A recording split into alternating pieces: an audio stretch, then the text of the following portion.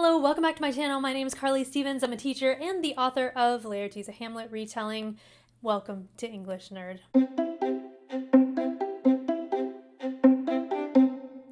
Hey, so here at English Nerd, I talk about literature and writing. Make sure to subscribe if you're interested in tips like today's topic. Today is all about literary analysis. So the tips I'm going to give you are the basis of good literary analysis, whether you're looking at poetry, short stories, novels, epic poems, even those excerpts that you get on things like the AP literature exam. So let's dive in. I'm going to give you some real world examples as well, so those can help you really see what this looks like in action. One of the nice things about these tips is that just about anybody is capable of doing a deep level of analysis if they just know what to look for. So I'll give you those hints.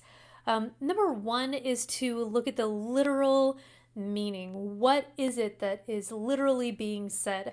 Maybe this is an obvious hint, an obvious first step, but sometimes people get so wrapped up in their own minds, like, oh, I have to look deeper, I have to say deep things, that they overlook, like, what does a poem literally mean, for example. So if you're reading The Picture of Dorian Gray, literally what's happening is that this young, beautiful man is selling his soul for the opportunity to remain young and beautiful, while the painting that he exchanges his soul for grows old and reveals the decay of his soul. So you have something that's a literal. Two is the potentially the most important step in literary analysis, and that is observation. Observe, observe, observe. But what should you observe? I mean, if you're looking at the beginning of Picture of Dorian Gray, you can read it, but what kinds of observations should you make? I've made a video about literary analysis before, looking at George Orwell's 1984, the opening of that. So that's an additional resource if you want to see yet another example of what it looks like to make these kinds of observations. But let's stick with Dorian Gray here for a second, which is a great novel if you haven't read it. It's short, it's beautiful. So it begins, the studio was filled with the rich odor of roses, and when the light summer wind stirred amidst the trees of the garden, there came through the open door the heavy scent of the lilac, or the more delicate perfume of the pink flowering thorn. And that's the entire first paragraph. We don't get any characters. We get a hint of where they may be in this studio, but it's just beautiful. It's just an aesthetic, and that's it. So what do you observe when you're looking at something like the first few pages of this story?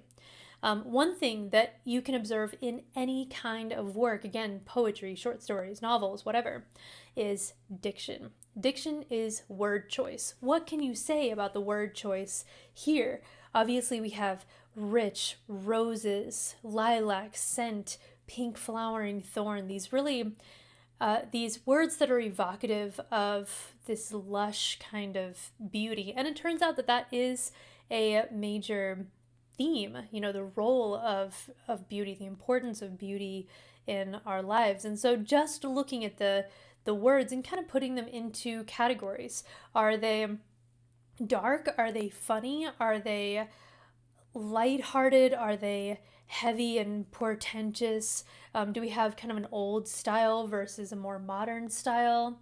These things can tell us a lot about the story itself. So no matter who you are, you can make some observations about the diction. Maybe the language is very warlike. Maybe there is a lot of leaning toward language with religious connotations. All of those kinds of observations are going to make a big difference. So I'm going to show you a different example besides Picture of Dorian Gray here for a moment, and that is Homer's Iliad. I told you I'd give you some different sorts of examples, and good to my word. So the Iliad begins, rage, goddess, sing the rage of Peleus' son Achilles, murderous, doomed, that cost to the Achaeans countless losses, hurling down to the house of death so many sturdy souls, great fighters' souls, but made their bodies carrion, feasts for the dogs and birds, and the will of Zeus was moving toward its end. Begin, muse, when the two first broke and clashed, Agamemnon, lord of men, and brilliant Achilles. So as you're looking at the diction here, we obviously have very lofty language that is focused on a fighter's sense of heroism. There's a lot of talk of life and death and gods and goddesses. And the way that it's said also suggests that it's potentially being told to you as a story. So something that might be said aloud or sung, sing the rage of Peleus's son Achilles. So we have this really intense, monumental sounding diction here. And that has a lot to do with some of the overall ideas in this book. So yeah, look at diction. Another thing to observe is analogies, metaphors. So that can be metaphors or similes, just something being compared to something else. So I'll go to a third example, and that is Edgar Allan Poe's short story, A Telltale Heart. There's a lot to talk about in all of these works, but I just want to give you some concrete examples, like I said at the beginning. Telltale Heart has an amazing opening. The characterization, the sense that we get that this character is unhinged begins from the very start. But I want to focus in on not a metaphor, but a simile that the narrator uses here at the beginning of the Telltale Heart. After he says, "True, nervous, very, very dreadfully nervous I had been and am, but why will you say that I am mad?" I mean, what an opening. But after all of that, where you hopefully are paying attention to the repeated words and things, he talks about this old man that if you know the Telltale Heart, he treats very poorly. We'll put it that way. It's pretty grisly. So he says that one of his eyes, that is the old man's eyes, resembled a vulture, a pale blue eye with a film over it. And he decides he's going to rid himself of this eye. Okay, so much that we could say there, but looking at that just as a simile, because we're in the observation stage, right? We don't need to say profound things. We just need to figure out, okay, what kind of language is being used? What sorts of metaphors and similes are being used? Here we have his eye like the eye of a vulture. A vulture very often has a negative connotation, that kind of association with something negative. And so even though the narrator is stating to us that he has no problem with this old man personality-wise or anything, there's something about this eye that is so disturbing and negative to him that he feels the need to be rid of it. A vulture is like, there's an association with someone who's just looming ready to attack or something like that. So when you make an observation like, well, all of the words seem warlike or lighthearted, or if you see a metaphor and you say, here's a metaphor, here's a simile, the next step is to say, why? Why use that metaphor? Why use that tone, that type of diction in this? What is the writer trying to say about the characters or the story or the setting? So a third thing to look for is allusions. Allusions are passing references to something that is well known. So if you can unpack allusions, then it can give you even more information. It's kind of like the way you would elaborate upon a metaphor or a simile. Okay, yes, here's the connection, but then what does that say about the story? Same thing with allusions, those passing references. The most common allusions that you're going to run into in all of Western literature, at least, are biblical allusions. So you'll get Adam and Eve, the crucifixion of Christ, some of these. The second most common is mythological references to, the fates or Zeus or Aphrodite or what have you. And then Shakespeare would be the third. So if you can recognize some of those those references, then it'll help you with this analysis. Even if you don't know everything about a mythological figure, for example, you can do some very quick Googling and discover the backstory and maybe put some pieces together. So as I was looking at the beginning of Picture of Dorian Gray, once again by Oscar Wilde, I found on page 2, or page 3, a very clear allusion that tells us a lot about what this story is going to be. So on the 3rd page, so early on, there are 2 characters. We have Lord Henry, who is cynical, brilliant. He sees people more as experiments than human beings. And then we have Basil, who is an artist in the deepest sense. So he has an incredible depth of feeling and is very sensitive, all of that. So in any case, it's Lord Henry talking to Basil as he's painting. And Henry says, "Why, my dear Basil, he," Dorian of the title, "he is a narcissus. And you, well, of course you have an intellectual expression and all that, but beauty, real beauty, ends where the intellectual expression begins." So Lord Henry is known for giving these short, quippy sayings. What I want to focus in on, though, is that he says, "My dear Basil, he is a Narcissus." Narcissus is a reference to a mythological story about a young man who falls in love with his own reflection. And pages later, that is essentially what happens when Dorian comes into the room and he sees this beautiful portrait of himself. He is so enamored with this moment in time that is captured, where he is just at this peak of his beauty, that he's willing to do anything to keep that. He loves that version of himself, that his own beauty, more than anything else. And so knowing that there's that connection to Narcissus, it helps us understand the whole thing. Okay, so you have the literal meaning, you've made all kinds of observations, and those are just a good place to start. Diction, metaphors and similes, and allusions. Ask yourself why and how things are happening. Just make as many observations as you can. Some of them are not going to go anywhere, and some will. So that brings us to number 3.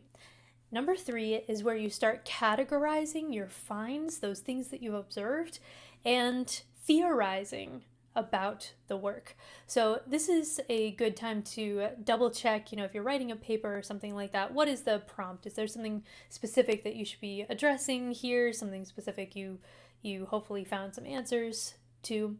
If you're coming up with your own analysis, just from scratch, developing your own questions, then you have a bit more freedom, of course, but make sure that you start crystallizing some questions. So what is beauty's importance in the Picture of Dorian Gray? Why is it important to the people in that story? What is Oscar Wilde trying to say?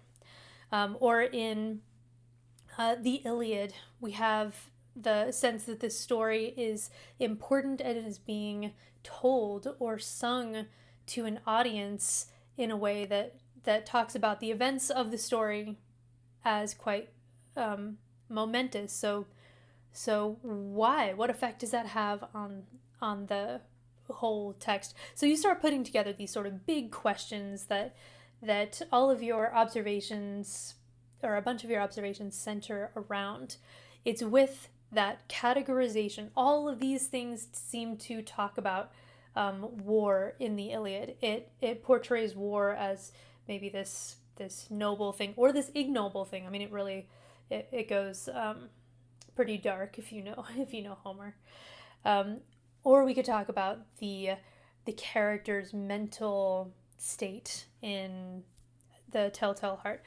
So what are some of your observations all about? Like, which ones can all fit under the same umbrella? Maybe not all of your observations will fit under that umbrella. It's unlikely that they all will, but you'll start to see patterns in the kinds of analogies that keep coming up, for example. So you put them into categories, and then you can start making theories about why use this language? Why are these metaphors coming up again and again? And what you'll end up with is this theory that is actually backed up by all this evidence. It's so much better to do things this way than to come up with a theory and then just pick out a few pieces of evidence. If you start by making these observations and then theorize from there, it's like good science, right? Good science is not, I have a theory, let me use some confirmation bias and grab a few things that support that idea. Instead, it's observing and observing and observing and seeing what patterns emerge and then testing that again to see if you're, to see what is, factually the case as far as you can see. So categorize, theorize, and then do your due diligence. Which theory that you came up with has the most evidence? What is some potential counter evidence to that? This is an important step. Is there any potential counter argument? Can you find examples that would go against your theory of beauty in Dorian Gray, for example? And when and if you find that counter evidence, consider it. Does that mean that you need to change your theory? Or does that mean that you, yes, those things are true. Maybe there are moments in the Telltale Heart where the sentence structure gets less choppy and repetitive and nonsensical, like we see at the beginning where Poe is establishing the very negative mental state of the narrator. Even though there may be paragraphs where there's more lucidity, maybe it's clearer what he's talking about, does that go against your theory about his bad mental state? No, not necessarily. I mean, look at what he's able to describe in a lucid way without repeating himself or sounding a bit mad. So take those things into account. Do you need to change your theory, or can you address those things and say, yes, maybe that's the case here, I see that, but the burden of all the evidence is over with me.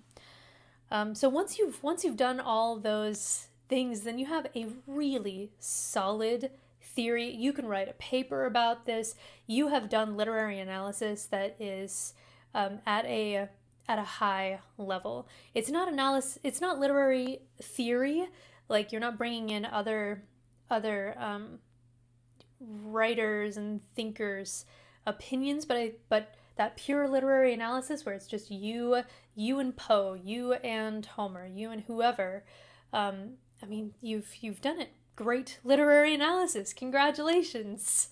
If you have any questions about how to do this kind of observation and theorizing, then please let me know down in the comments below. I hope this was helpful for you. I know that it has been helpful for me to think through works, to teach these books and have good evidence for what I'm saying, as opposed to just, you hear about English teachers kind of making up stuff. I need to back up what I'm saying. You need to back up what you're saying. And this is a great way to do it. So again, make sure to follow this channel if you want more content like this. Give me suggestions for other videos you'd love to see down below, and I'll see you next week.